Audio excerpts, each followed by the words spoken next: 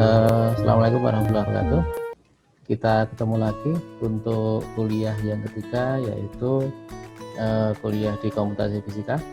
Di dua pertemuan sebelumnya kita sudah mempelajari terkait dengan metode tertutup.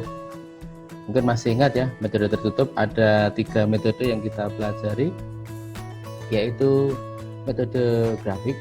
Metode grafik itu kita gunakan grafik untuk plotting awal, untuk mengetahui kira-kira di manakah akar dari suatu persamaan itu berada.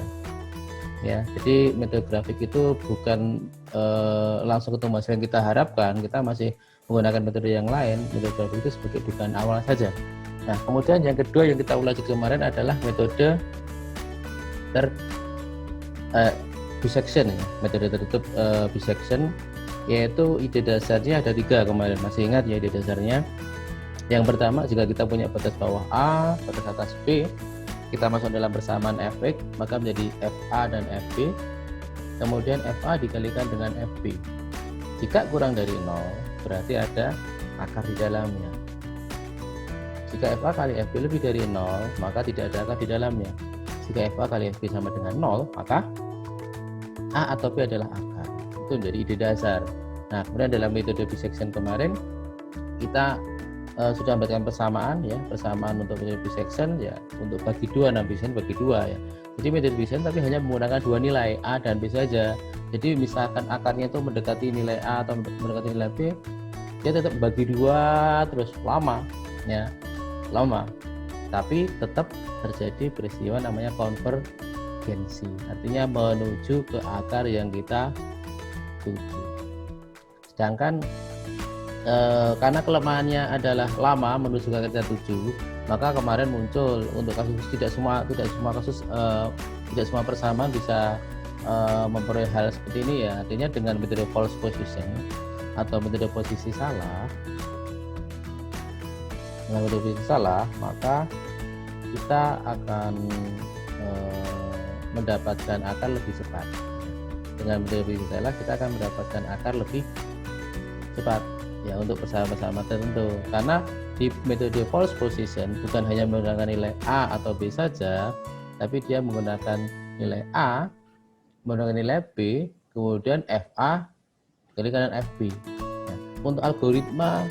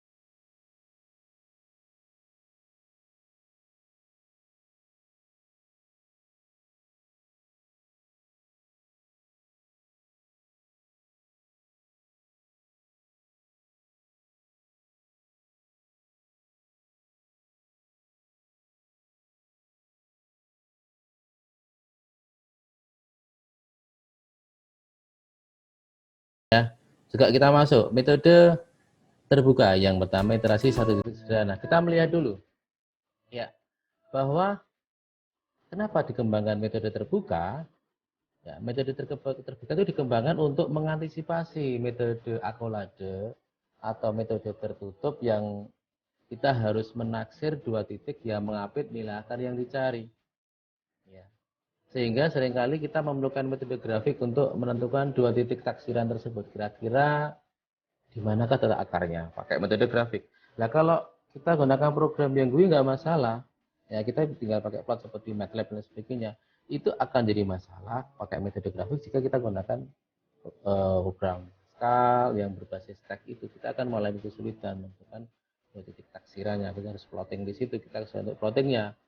Maka pada metode terbuka, ya kita memerlukan mungkin satu atau dua titik taksiran. Untuk yang interaksi titik nanti kita gunakan satu ya. Sedangkan yang dua titik misalkan dengan metode Newton Raphson. Tapi dua titik yang kita gunakan nanti itu tidak harus mengapit nilai akar yang dicari.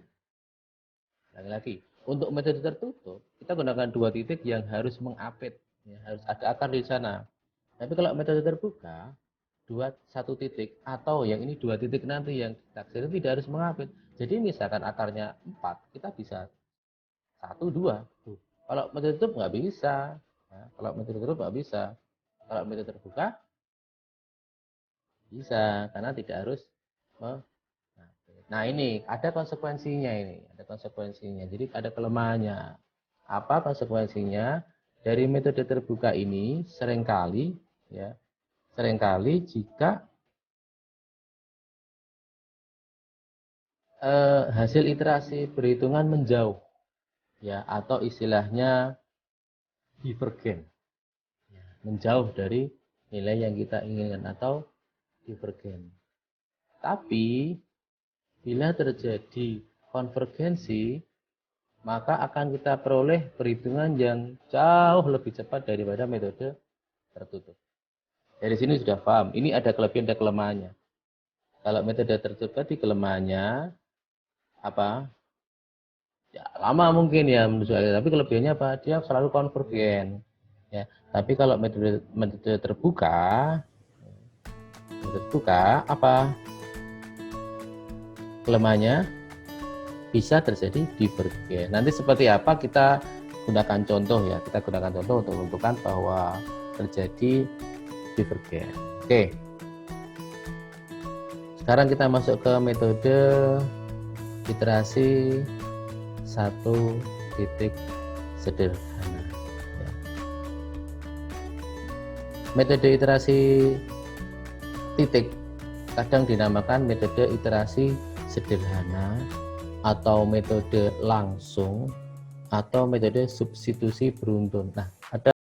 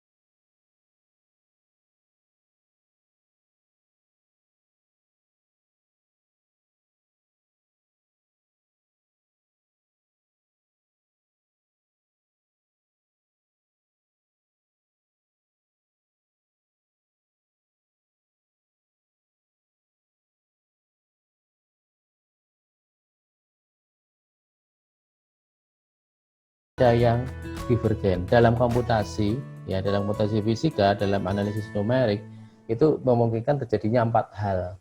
Ya, lu kan cuma 2, Pak, konvergen sama divergen.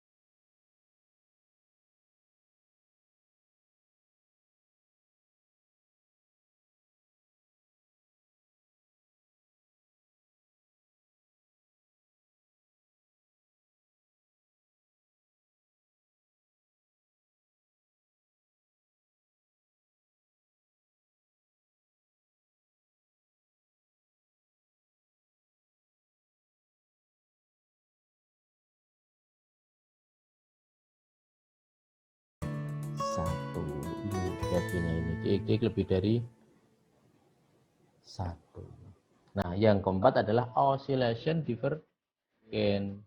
Jadi divergen atau menjauh dari nilai yang kita tuju dan berisilasi. Jadi misalnya dugaan awalnya adalah ini di sini, dugaan awal nilainya di sini. Iterasi pertama nilainya adalah ini. Nah, ini iterasi ini nilai kedua, kemudian ketiga di sini 3. Kemudian sini lagi kok semakin menjauh ya. Tapi apa bentuk obatnya mau spiral, osilasi. Ada 4 hal ini, nanti harus bisa membedakan ya. Oh, ini yang monotonik konvergen, Pak, ini yang oscillation konvergen. Oh, ini yang monotonik divergen, ini oscillation divergen. Anda paham ya? Nanti di latihan soal kita akan menjumpai ada 4 hal ini. Oke, sekarang kita lanjut. Nah, sekarang bagaimana dengan algoritma dari iterasi? Algoritmanya menurut saya ini jauh lebih sederhana daripada algoritma untuk metode dissection atau metode false position. Ya, untuk metode iterasi statistik sederhana, inputannya itu adalah x0. X0 itu adalah kira-kira akar yang kita duga. Terserah kita gunakan nilainya berapa. Kemudian ada inputan yang kedua adalah toleransi. Ya, toleransi kemarin ya yang kita tuliskan seperti itu, R itu toleransi. Ya, sama dengan berapa misalkan 0,001. Kemarin apa artinya? Jika sebuah iterasi itu sudah berada di bawah ini, maka stop, berhenti iterasinya. Jika belum, maka dia akan iterasi terus. Yang ketiga adalah jumlah iterasi maksimum. Coba sekarang Anda pikirkan, Pak, kenapa kita perlu menambahkan toleransi dan jumlah iterasi maksimum? Coba Anda pikirkan. Kenapa?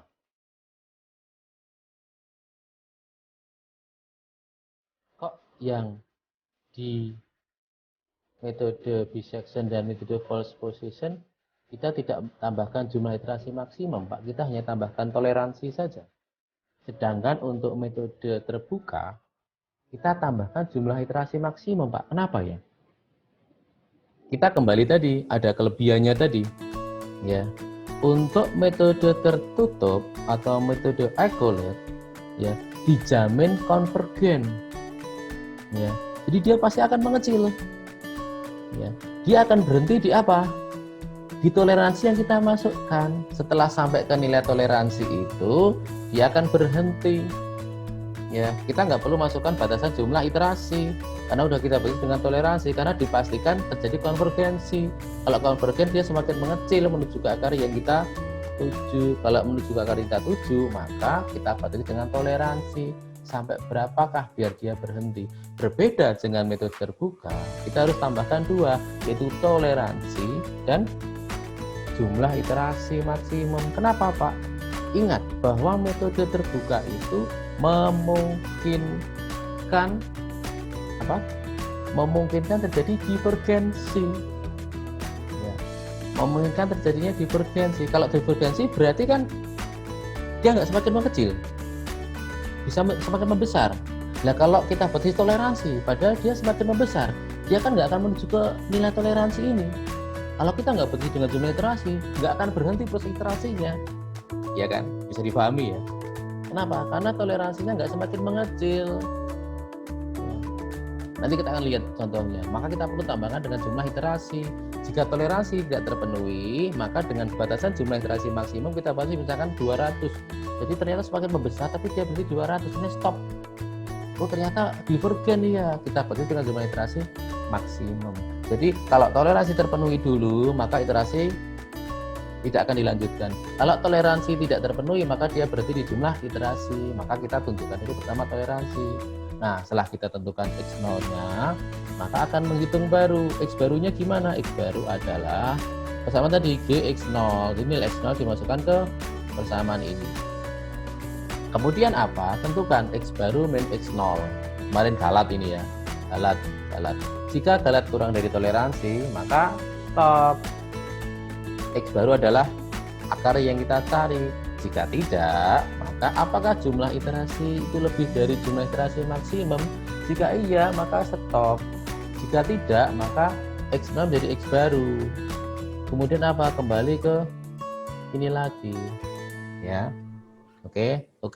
Nanti di tugas Anda saya minta buat flowchartnya. Anda bikin flowchartnya. Kalau kemarin di awal kan kita bikin algoritma, kita bikin flowchart. Sekarang kita tak bikin algoritma. Anda bikin flowchartnya seperti apa? Oke. Jadi ada dua hal, ada toleransi dan iterasi. Oke.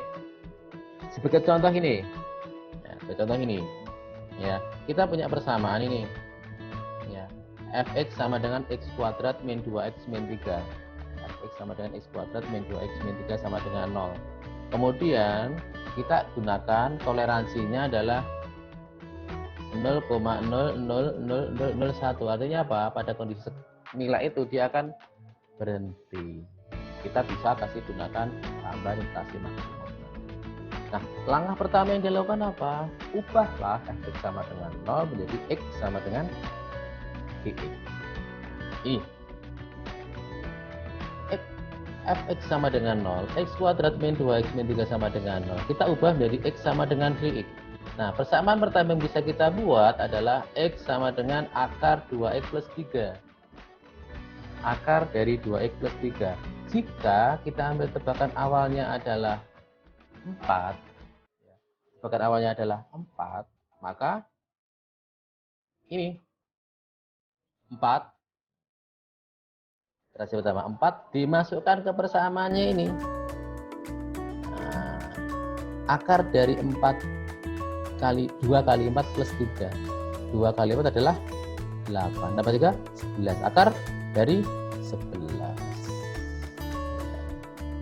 Itu nilainya berapa? Nah, tinggal dimasukkan di situ. Dan itu seterusnya. Kita akan jumpai nilai. Jadi akar dari 11 adalah ini 3,3 dan seterusnya. Nah dari sini maka kita akan bisa tahu ini selisihnya ya. Pertama adalah dimasukkan di persamaannya ya, 4 di sini. 4 kuadrat berapa? 16 dikurangi 8 berapa? Dikurangi 3, 16 dikurangi 11, efeknya ini efeknya ini.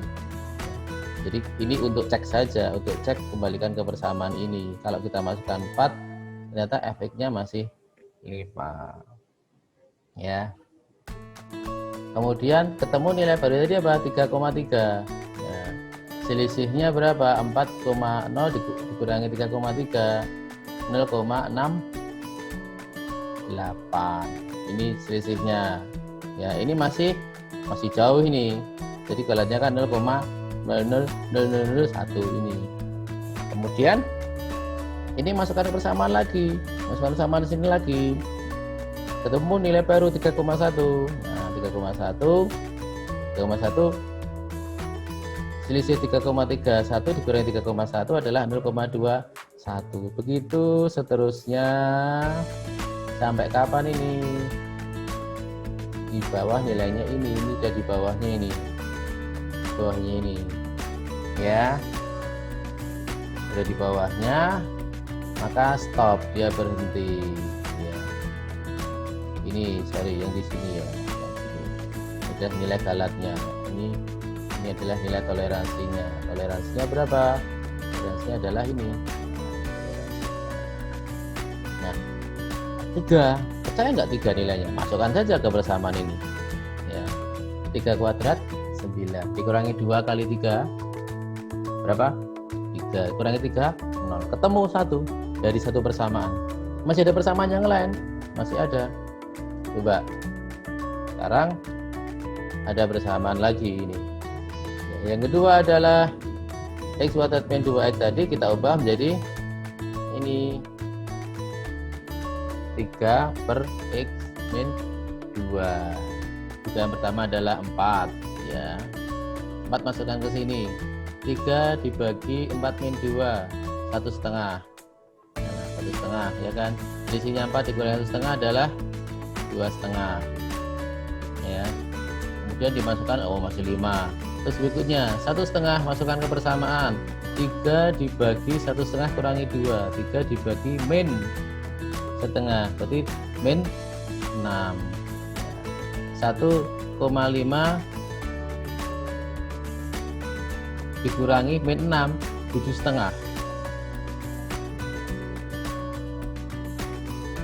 Dan seterusnya dia akan mencapai nilai batasan kita adalah di bawah 0,00001.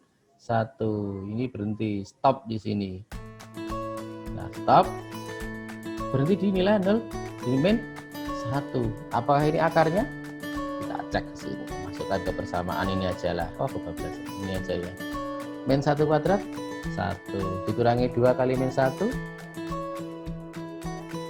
berapa? 1 dikali, berarti 1 dikurangi min 2 berarti 3 dikurangi 3 0. Ketemu akar yang kedua dengan persamaan seperti itu. Nah sekarang ini jadi persamaan baru lagi nih ya. X sama dengan min X kuadrat min X kuadrat min 3 dibagi 2 dengan dugaan awalnya 4 masukkan persamaan ya. Ketemu 4 kuadrat min 3 dibagi 2 adalah 6,5. 6,5 masukkan ke ini galatnya berarti 2,5.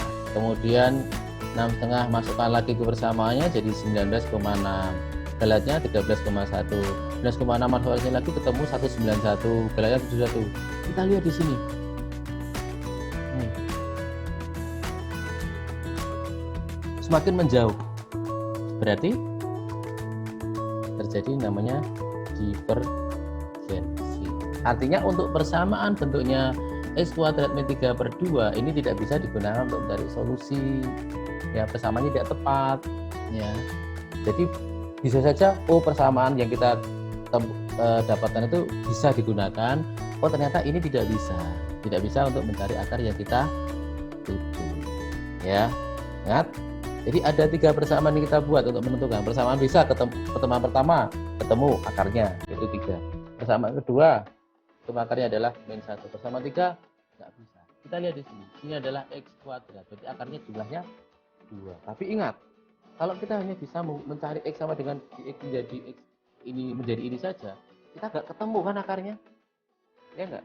Jadi sebelum kita komputasikan, kita harus bisa secara analitis mencari kira-kira dari x kuadrat min 2x min 3 ini bisa menjadi berapa persamaan. Gitu. Kalau bisa jadi 3 persamaan, ya kita harus bisa temukan 3 persamaan. Kalau 4 persamaan, ya 4 persamaan. Itu solusi analitisnya dulu.